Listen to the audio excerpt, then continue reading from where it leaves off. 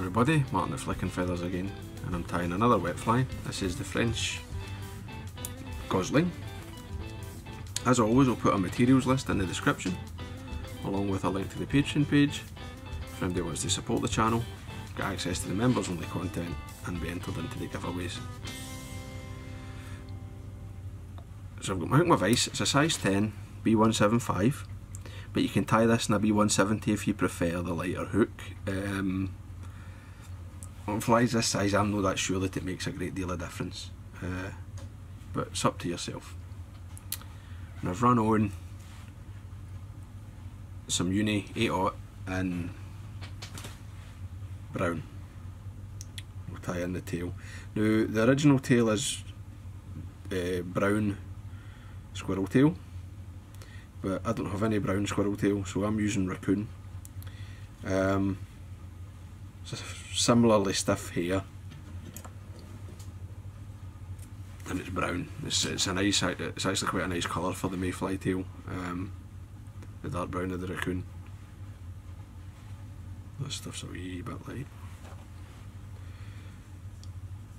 You just got to choose it for the darker stuff, which I didn't do there. And I'm going to take a bunch, I don't know, 10 hairs or something. Right. I mean, you don't need to count out 3 or even 6. I've just got about that much. I'll take away the 2 really long ones. Length, I want like this, like a hook and a half at the back. Now, obviously, if you're fishing an international competition or even a clubs competition, you'll have to comply with the size limit, so you'd need to adjust the tail, but that doesn't affect me.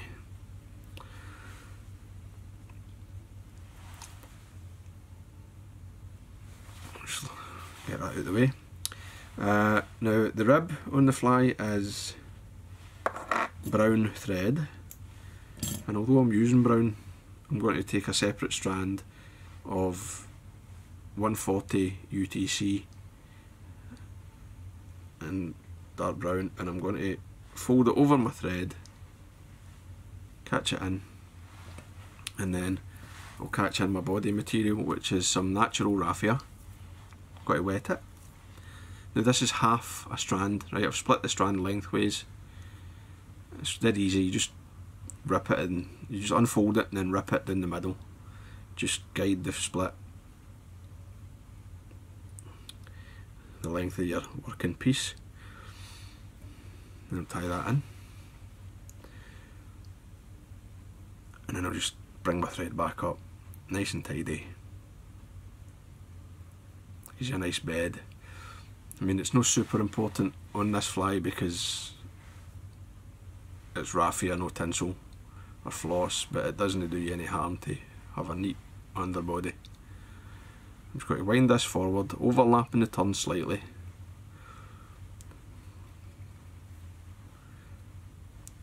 Building that nice body with a slight taper. It kind of, I mean, it does. Raffia is a great material for a mayfly body. It really does kind of emulate the natural colour quite well. Trim away my waist, tie back a bit, and then just set my length for my hackles, which is like that, about 5mm. Right, you need plenty of space. Oops, because there's 2 hackles, but they're heavily wound. Right, now just get that waxed. This is my 2 strands now of UTC. Just using the heat of my finger to melt that wax, and I'm just twisting them together, and then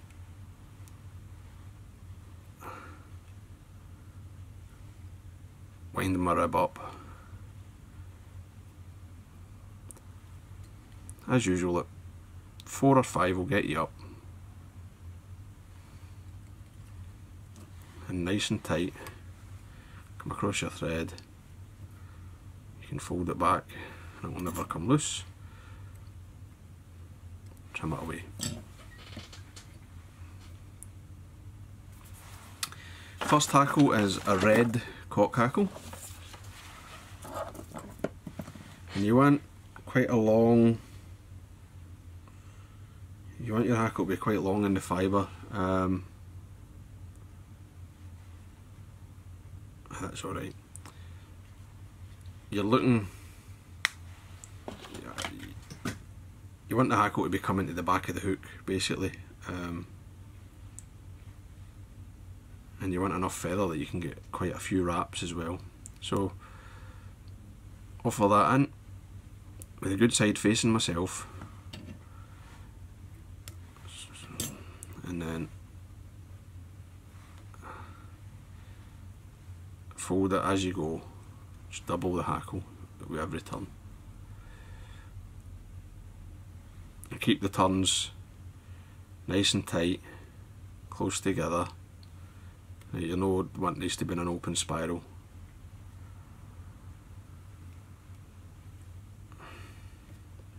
Right, I've got about 5 turns there, which has taken me like half the length of that 5mm that I had left bare. And you can see what I mean, it's quite a long hackle.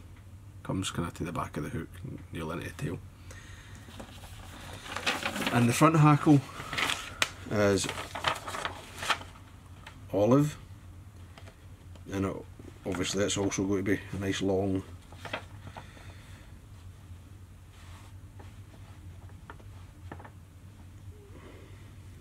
one, and it should be quite a light olive.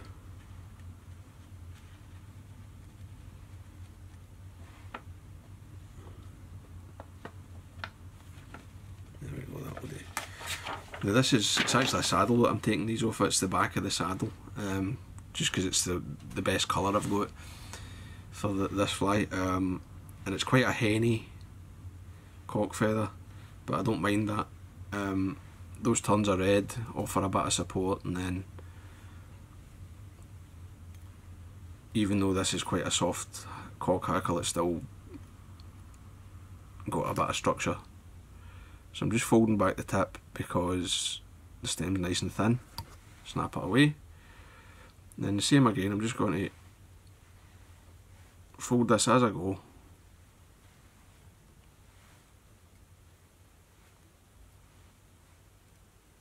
And I'm just going to get as much on as I can basically. I'm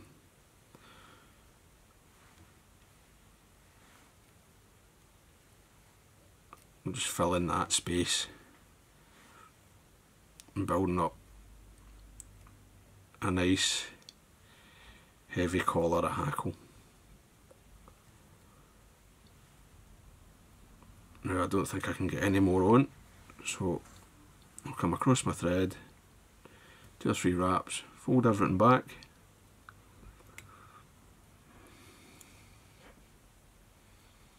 tidy up and build a wee neat head.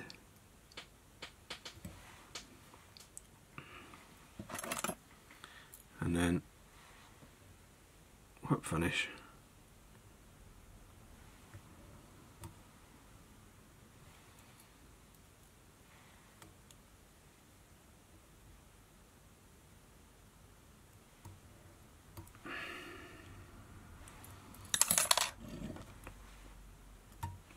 Some away your thread, and then a wee coat of that. Break away that hackle. And then what you can actually do before you varnish it, see if you go like that, fluff up the hackle, and then smooth it back. That knocks all the twists out it from the winding. And then varnish the head. You can get 2 coats if you want to make the head shiny.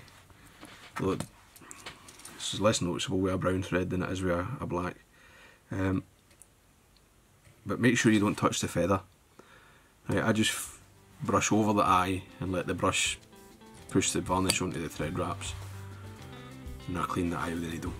So there you go. Well, that's the French Gosling. Hope you enjoyed that, hope it was useful. If it was, please remember to give me a thumbs up below and subscribe to the channel. Tight lines guys, bye.